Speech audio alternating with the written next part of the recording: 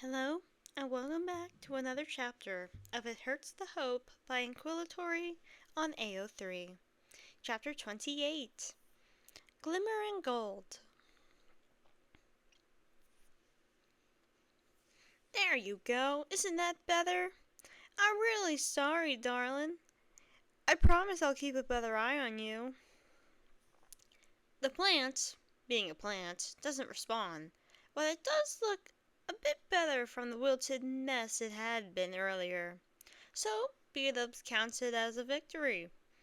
He replaces the pot on the windowsill and finally steps back, taking a look at the room as a whole. Every season, Beat-Ups ends up with an unholy amount of plants in his base. It's not his fault, they just tend to show up. And he decides to let them stay. Like the sapling he found that was the perfect size for a bonsai, or the foxglove that was getting too much sunlight and was drying up, or the spider plant he'd see in Ivamere and just couldn't walk past because it was so cute. The spider plant grew so fast that he's managed to make several cuttings and now has 6 of them scattered around. It's honestly impressive. Usually, B-Dubs has no problem with taking care of so many plants. It's become an instinctive part of his routine, like making breakfast or brushing his hair. He never forgets about his plants. Up until now. Walking into the living room and seeing a wilted plant had been a shock, but only after taking care of the greenery does B-Dubs actually pause and wonder why that happened. The answer, surprisingly, is rather quick to rise up. Ever since Exuma and Pearl returned from their off-world trip, the hermits have been walking on eggshells, anxiously waiting for any kind of news. "We've found some allies who will help us," was Exuma's only explanation when they returned. "We're working on a plan. Green won't go back to them." At least that's something they can all agree on. It's almost odd to think that Green's only been on Hermitcraft for 3 months. In B-Dub's mind, he feels like he's been part of their family for ages. Which is why he worries. And he knows a lot of the other hermits are worrying too. Yesterday's monthly meeting was a quiet affair, with none of the usual shenanigans and chaos that occurred when they were all clumped together in such a tight spot. Green did his best to keep cheerful, but Beat-Up saw the look in his eyes when he let the mask drop. He noticed the way Etho kept fiddling with his potion belt, eyes creasing as he remembered something he'd rather not. He noticed the way Exuma refused to divulge any information on the plan he's working on with the so-called allies. Part of Beat-Up's wonders if Exuma isn't telling them the plan because there isn't a plan. Part of him wonders if the admin doesn't want to worry his players, but in reality is just as lost as they are. That's the part of him that keeps him awake at night. He knows that almost every other hermit feels the same. They're all anxious, worried, stressed about something they have no control over. Beat-Up sighs and sits down on the floor, resting his back against the wall and watching as the dangling leaves of the spider plant shift where he brushes against them. "It must be so easy to be a plant," Beat-Up says aloud, entranced by the shifting sunlight that dapples the leaves. "You just gotta grow and be happy. Reach for the sun. Must be nice." If only there was a way to make all of them relax. At least for an evening. Forget that the server is pulled so taut with tension that any day it'll snap. Put aside their worries and remember what it's all about. Remember. B-Dubs jerks up like he's been electrocuted, springing to his feet and sprinting out of his base. It takes a couple tries to unfold his elytra, but he succeeds in rockets into the air so fast he almost loses his bandana somewhere during takeoff. He crashes into Impulse's base with all the enthusiasm of a wayward cannonball, startling the other hermits so bad he drops the shulker he's carrying, redstone components scattering across the floor. "Beat-ups!" Impulse yelps, immediately diving to steady his friend. His foot catches on the repeater, and they both almost crash to the ground again. But Impulse manages to steady them through some miracle of luck. "I've got it!" Beat-Up shouts into Impulse's face, clutching at his shoulder and attempting to right his sense of balance after the tumble. "Impy, I've got it! I know what to do!" "What are you talking about?" Impulse asks, completely bewildered. Beat-Ups takes a deep breath, then gives him a smile that lights up his entire face. "We're going to have a party," he says, and the determination in his voice is enough to make Impulse's entire face go pale. The news spreads like a wildfire over the server. Not surprising, considering that at their hearts, the hermits are really just a gossiping flock of troublemakers who jump at the next opportunity for fun. But by the end of the next day, the entire server knows what's happening, and the excitement is thick enough that the air practically buzzes with it. Beatles is having a party, and it's going to be the greatest one yet. It's almost astonishing how quickly the server rallies together, tossing away their anxious stress in favor of the golden joy of organizing the best gathering to ever happen on Season 5. They're all so desperate for anything to latch on to, other than the what-ifs that keep them up at night. It's almost too easy to get them in gear. A huge area is cleared in a free spot near the shopping district, terraformed by the talented builders of the server. Since B-Dub is technically heading the project, there's plenty of moss to be found. Pillars holding up beautiful canopies of woven flowers and fabric go up within a few days. Moss and vines cascading down the sides, and lanterns hanging from every surface. A dance floor, naturally, is one of the first things to be laid on the ground. Gorgeous mosaics of stone bricks, stripped wood, and even tinted glass are arranged onto the main area, and it seems to shine in the golden glow of the lanterns. An array of jukeboxes and various musical instruments are provided by multiple hermits. The plan is to play discs for most of the time, but some of the musically inclined hermits are itching to pick up their instruments again.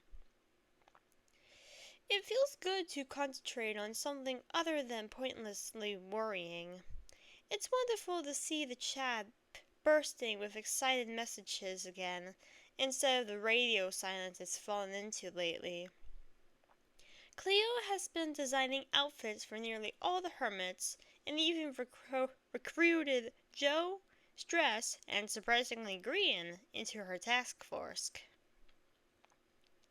"I'm surprised it took you this long," Pearl says with a laugh when Grian mentions the new mission to her. "You've always been really good at sewing. You used to make the weirdest outfits for the most useless occasions." As the day draws closer, the excitement seems to rise rather than dim.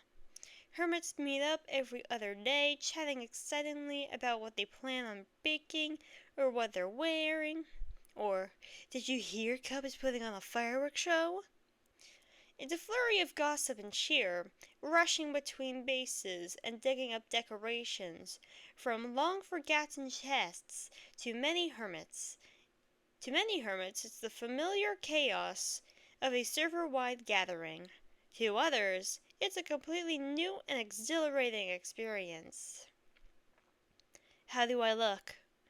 Grian demands the second Scar steps into the room, swinging away from the mirror he's been fumbling in front of for the past half hour.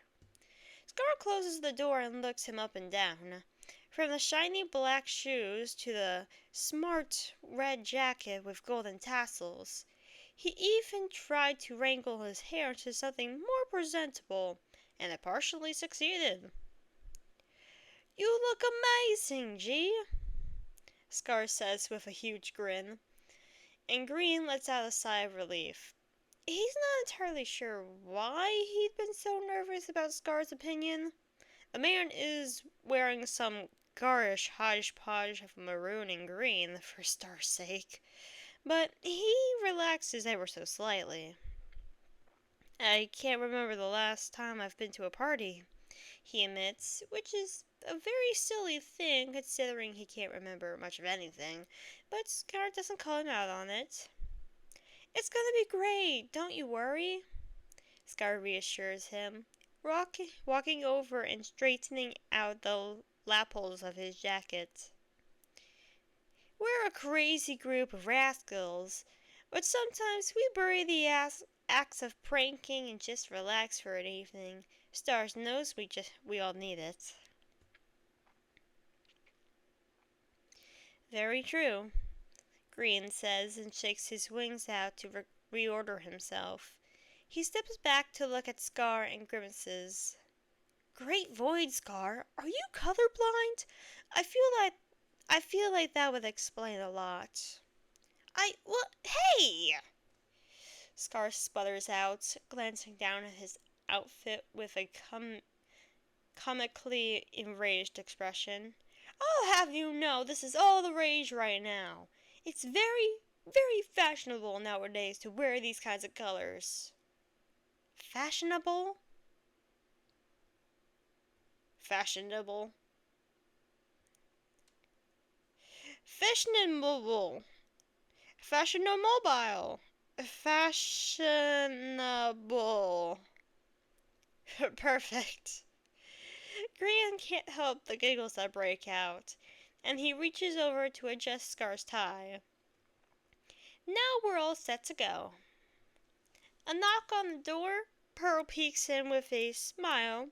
She's dressed in a gorgeous blue and silver gown, sparkly and tassely, with embroidered patterns reminiscent of peacock feathers. Her hair is styled and tumbles around her shoulders. "Ready?" she asks, opening the door a little further to reveal Mumbo hovering behind her, dressed in yet another one of his black suits. "Really, Mumbo? I thought you were going to wear something that isn't your everyday outfit," Scar exclaims, sweeping out the door with a twirl of lace-tipped coattails and breezing away down the hall while Mumbo stumbles after him, complaining that Scar really doesn't have any say in other people's tastes when he goes out looking like that. "You look great, G," Pearl says, falling into step as they follow Scar in Mumbo's wake. "I love the jacket." "You do?" Grian bounces on the balls of his feet and grins at her. "Cleo helped, but I made most of it.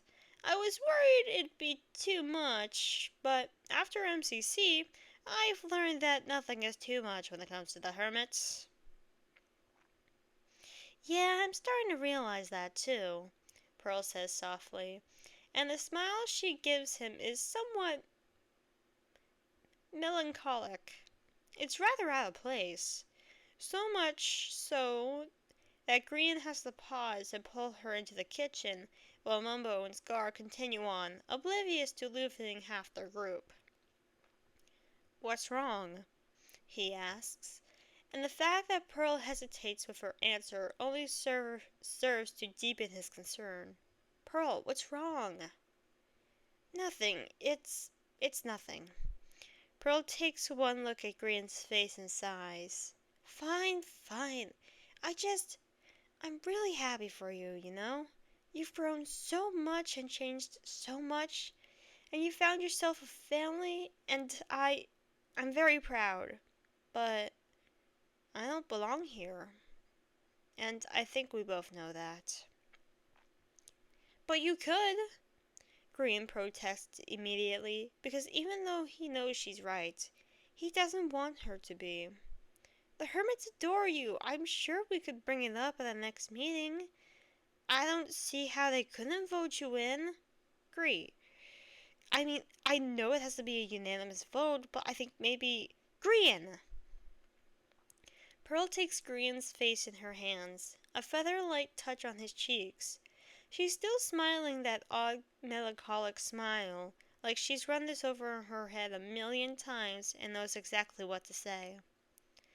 I'm sure you do everything to get me on as a hermit, she says. But you shouldn't. At least, not yet. Maybe someday. I think you guys have something really special here. But I just don't think I'm quite ready. Yeah. Oh. Oh. Of course. Green's not blind for seeing it, really. Pearl spent so long void traveling between worlds trying to find him that she's not used to being on a server anymore.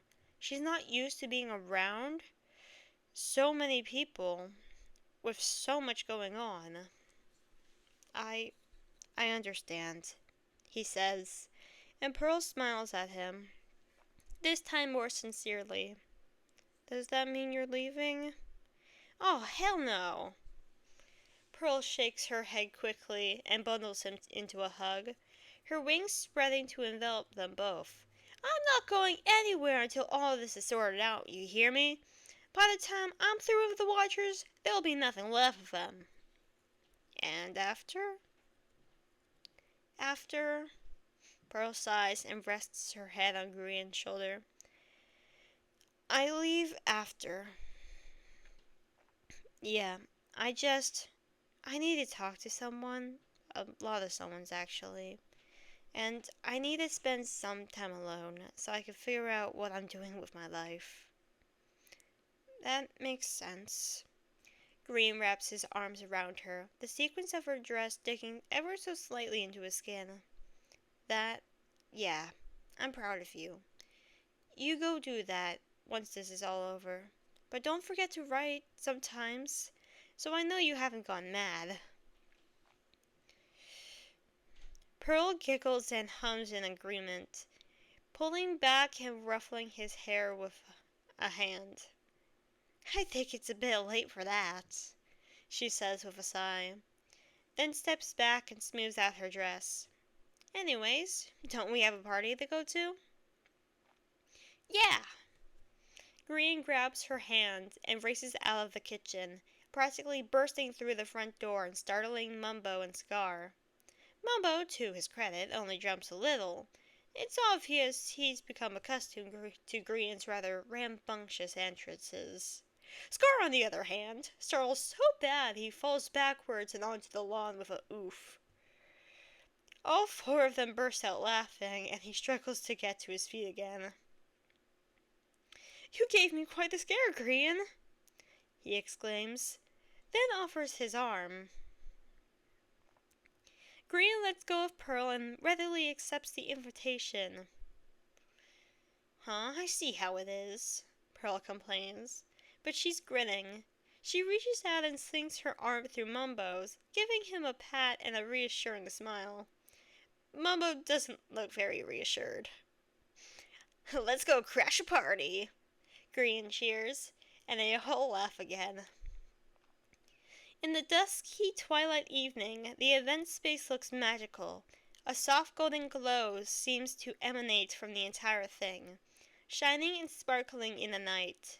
The fire flickers behind the swirled glass of the lanterns, and the delicate pastels of the flowers almost glow under the light. Long tables have been laid out with all kinds of treats and foods. Many of the hermits are talented cooks and chefs, always eager to bring out new recipes to test on their friends. Mumbo, Beat-ups, Dress, Wells, and a handful of others unite to cover the tables with a vast array of delicacies, and it looks beautiful. The dance floor is already bustling with figures, and the bandstand has an array of hermits gathered on it. Etho with his rarely seen fiddle, Tango on saxophone, Impulse playing drums, and rather surprisingly, Exuma on guitar. No one's really sure what they're playing, but it's both cheerful and relaxing at the same time.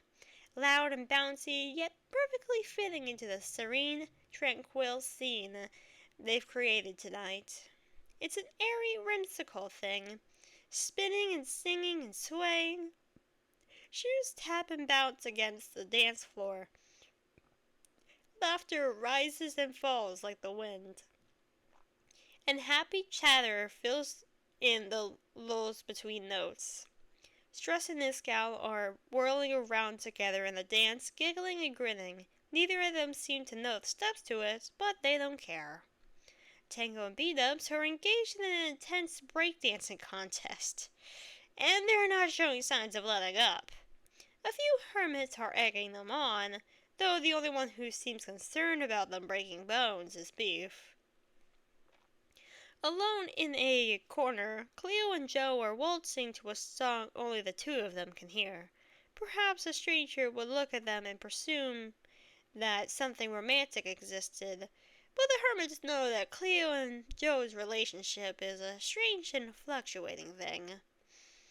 Green, Scar, Cub, and False are trying to struggle their way through some kind of square dance, completely ruined by the fact that Green and Scar have no idea what they're doing.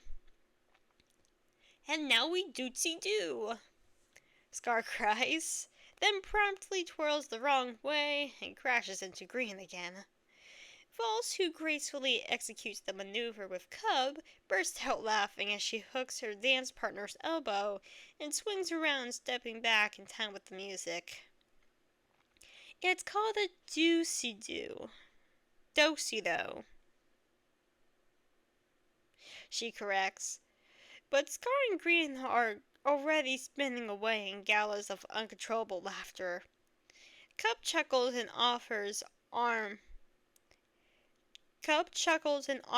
False his arm with a poised bow. "May I have this dance?" he asks, and False shakes her head with a smile as she accepts his hand. "You buffoon, we've been dancing," she replies, and Cub lets out a loud, genuine laugh as they are swept back into the music.